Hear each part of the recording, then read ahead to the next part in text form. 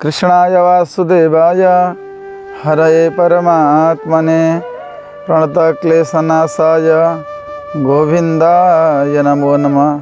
नमस्कार नारायणम। आज पुनः एउटा नयाँ श्रृङ्खला र नयाँ विषयवस्तुका साथमा म उपस्थित भइसकेको छु। आचार्य टीकाराम पौडेल। आजको विषयवस्तु रहेको छ सूर्यग्रहण।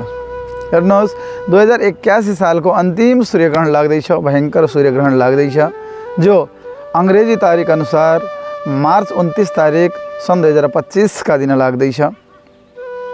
जुन सूर्यग्रहण उत्तर भाद्रपद नक्षत्रमा र मीन राशिमा चन्द्रमा रहेको बेलामा सूर्यग्रहण लाग्दैछ।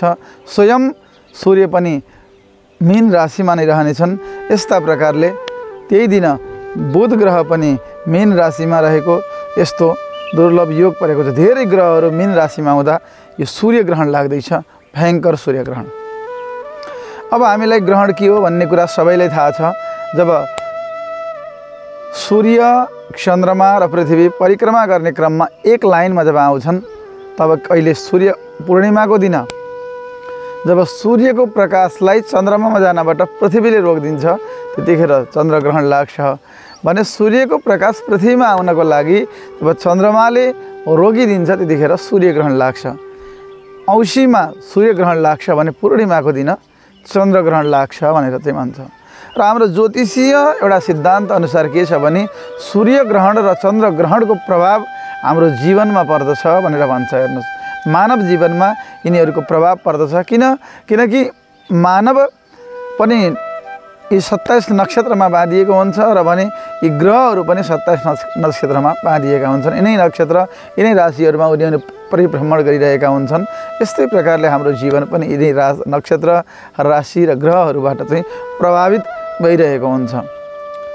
भने सूर्य भनेको आत्माको कारण हो मानवको, चन्द्रमा भनेको मनको कारण हो। जब मन रूपी चन्द्रमामा ग्रहण लाग्छ तब के हुन्छ? मन चञ्चल हुन्छ। भने आत्मा रूपी सूर्यमा जब ग्रहण लाग्छ तब आत्मा कमजोर हुन्छ।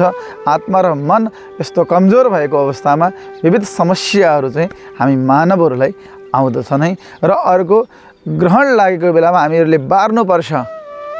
ग्रहण लाग्दा विकिरणहरू चाहिँ निक्लिन्छन्। ती किरणहरूले चाहिँ हाम्रो जीवनमा प्रभाव पार्छ, हाम्रो स्वास्थ्यमा प्रभाव पार्छ भनेर हाम्रो ज्योतिष, हाम्रो धर्मग्रन्थहरूमा केही बार्न पर्ने नियमहरूको बारेमा पनि बताइएको छ। त्यसकारण आज जानौँ कि ग्रहण कुन समयमा लाग्दैछ, कहाँ कहाँ ग्रहण लाग्दैछ। हामी नेपालमा बस्ने नेपालीहरूले ग्रहण देख्न सक्छौँ या सक्दैनौँ, त्यसलाई बार्न पर्छ या पर्दैन। यसै प्रकार भारतमा, यसै प्रकारले चाइना, भुटान लगायत देशहरूमा ग्रहण देखिन्छन् या देखिँदैनन्। कुन कुन देशमा देखिन्छन् त, कहाँ कहाँ ग्रहण देखिन्छ, कहाँ कहाँ यसको प्रभाव रहन्छ र हामीहरूमा यसको प्रभाव, हामी 12 राशिमा रहेका हामी मानवहरू कुन राशिलाई यसको प्रभाव कस्तो पर्नेछ, कुन राशि मालामाल हुँदैछन् भने कुन राशिवालालाई कष्ट आउँदैछ, यी सम्पूर्ण कुरा चाहिँ जान्नेछौँ आजको यस विशेष श्रृङ्खलामा रहेर।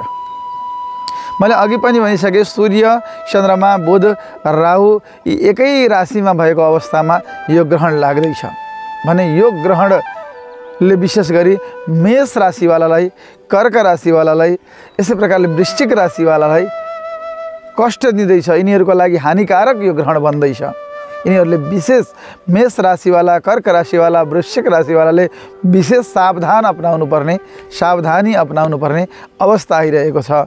जीवन, कामकाज, यसै प्रकारले व्यक्तिगत र पारिवारिक जीवनमा समस्या आइपर्ने देखिन्छ। त्यसकारण उहाँहरूले चाहिँ सतर्कता अपनाउनु पर्ने अवस्था देखिन्छ। विशेष गरी फेरि पनि भन्छु, मेष, कर्क, वृश्चिक राशिहरूको लागि यो ग्रहण हानिकारक छ। उहाँको जीवनमा, उहाँको काममा, उहाँको पारिवारिक जीवनमा समस्या आइपर्ने देखिन्छ। सावधानी अपनाउनु होला, सतर्कता अपनाउनु होला। यस पीडाबाट चाहिँ निवृत्ति हुनको लागि, यो समस्याबाट चाहिँ समाधान प्राप्तिका लागि तपाईहरुले भगवान शिवको आराधना गर्नुहोला। ओम नमः शिवाय यस मन्त्रको धेरैभन्दा धेरै जाप गर्नुहोला। यसै प्रकार गणेशजीको मन्त्र विघ्नहर्ता, विघ्न हरण गर्नेवाला भगवान गणेशजीको मन्त्र ओम गम गणपतये नमः, यस मन्त्रको पनि अधिकभन्दा अधिक जाप गर्न सक्नुहुन्छ। यस्तो गर्नुभयो भने हजुरको जीवनमा आइपर्ने ती विघ्न बाधाहरू भगवान गणेशका कृपाले र भगवान शिवका कृपाले हट्नेछन् भने यस्तै प्रकार धनु राशि, मकर राशि, मिथुन राशिवालालाई यो ग्रहण अत्यन्त राम्रो हुनेछ, फलिफाप हुनेछ।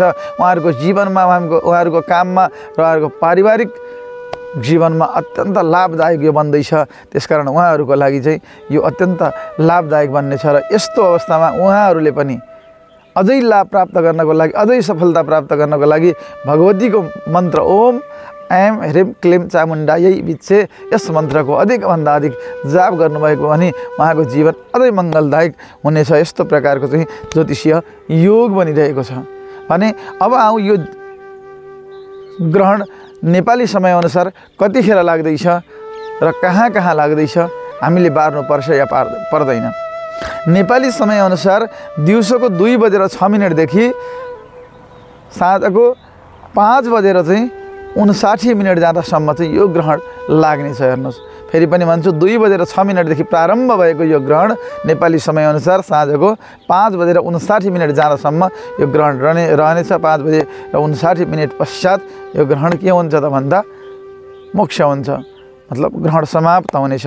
भने विशेष गरी यो ग्रहण नेपालमा देखिने छैन। नेपालमा, भारतमा, भुटानमा, यसै प्रकारले म्यानमार, चाइना इत्यादि देशहरूबाट यो देखिने छैन।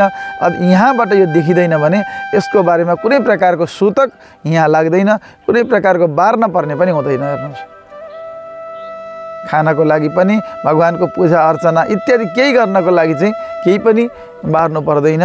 भने यो कहाँ कहाँ देखिन्छ त भन्दा विशेष गरी अफ्रिका, युरोप अनि उत्तरी अमेरिका, अटलान्टिक महासागर, आर्कटिक महासागर र एसियाका पनि केही भागहरूमा चाहिँ, जो पश्चिमी भागहरूमा चाहिँ यो देखिने छ भनेर चाहिँ भनिएको छ, लेखिएको छ। विशेष गरी नासाले पनि भनेको छ यो बर्मुडा, उत्तरी Brazil, Finland, Germany, France, Hungary, यसै प्रकारले आयरल्यान्ड, अस्ट्रिया, बेल्जियम, क्यानाडाको पूर्वी हिस्सामा, यसै प्रकारले उत्तरी रुसमा, स्पेनमा, सुरिनाममा, स्विडेन, मोरक्को, यसै प्रकारले ग्रिनल्यान्ड, यसै प्रकारले Denmark, Portugal, Poland, Norway, Ukraine, Switzerland, England इत्यादि देशहरूबाट र पूर्वी अमेरिकामा यो चाहिँ देखिनेछ। हेर्नुहोस्, यदि तपाईँहरू यो के हुनुहुन्छ त भन्दा यो मैले जति पनि नाम भने यी देशहरूमा तपाईँ जस्तै मानव पोर्चुगलमा हुनुहुन्छ, पोल्यान्डमा हुनुहुन्छ, डेनमार्कमा हुनुहुन्छ, नर्वे, युक्रेन, स्विजरल्यान्डमा हुनुहुन्छ, इङ्ल्यान्डमा, पूर्वी अमेरिकामा हुनुहुन्छ, यसै प्रकारले बेल्जियम, क्यानाडा इत्यादि, अनि यसै प्रकारले आयरल्यान्ड, जर्मनी, उत्तरी ब्राजिल, फिनल्यान्ड इत्यादि स्थानहरूमा तपाईँहरू हुनुहुन्छ भने त्यहाँको स्थानीय समयअनुसार जुन ग्रहण लाग्ने समय बताइएको छ त्यो समयदेखि चाहिँ 12 घन्टा पहिलाबाट तपाईँहरूलाई सूतक लाग्छ र ग्रहणसम्म मोक्ष भइसकेपछि, ग्रहण समाप्त भइसकेपछि सूतक पनि समाप्त हुन्छ। यस्ता प्रकारले यो हजुरले बार्नुपर्ने हुन्छ हजुर तत्त स्थानमा हुनुहुन्छ भने। होइन भने जहाँबाट चाहिँ ग्रहणको एउटा चाहिँ सिद्धान्त के हो भने, ज्योतिषीय सिद्धान्त के हो भने, ग्रहण लागेको बेलामा जहाँबाट ग्रहण देखिन्छ त्यहाँ सूतक लाग्छ भने जहाँबाट ग्रहण देखिँदैन त्यहाँ कुनै प्रकारको सूतक लाग्दैन।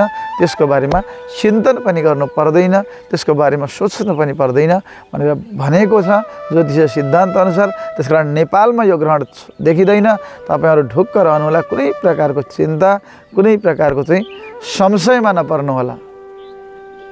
के हो त भन्दा ग्रहण नेपालमा छैन, त्यसकारण नेपालमा कुनै प्रकारको बार नपर्ने अवस्था पनि रहँदैन भन्दै ग्रहणको बारेमा यो जानकारीका साथमा यो एपिसोडबाट म बिदा हुन चाहन्छु। ओम जय श्री राम। सबैको मङ्गल होस्, सबैको कल्याण होस्।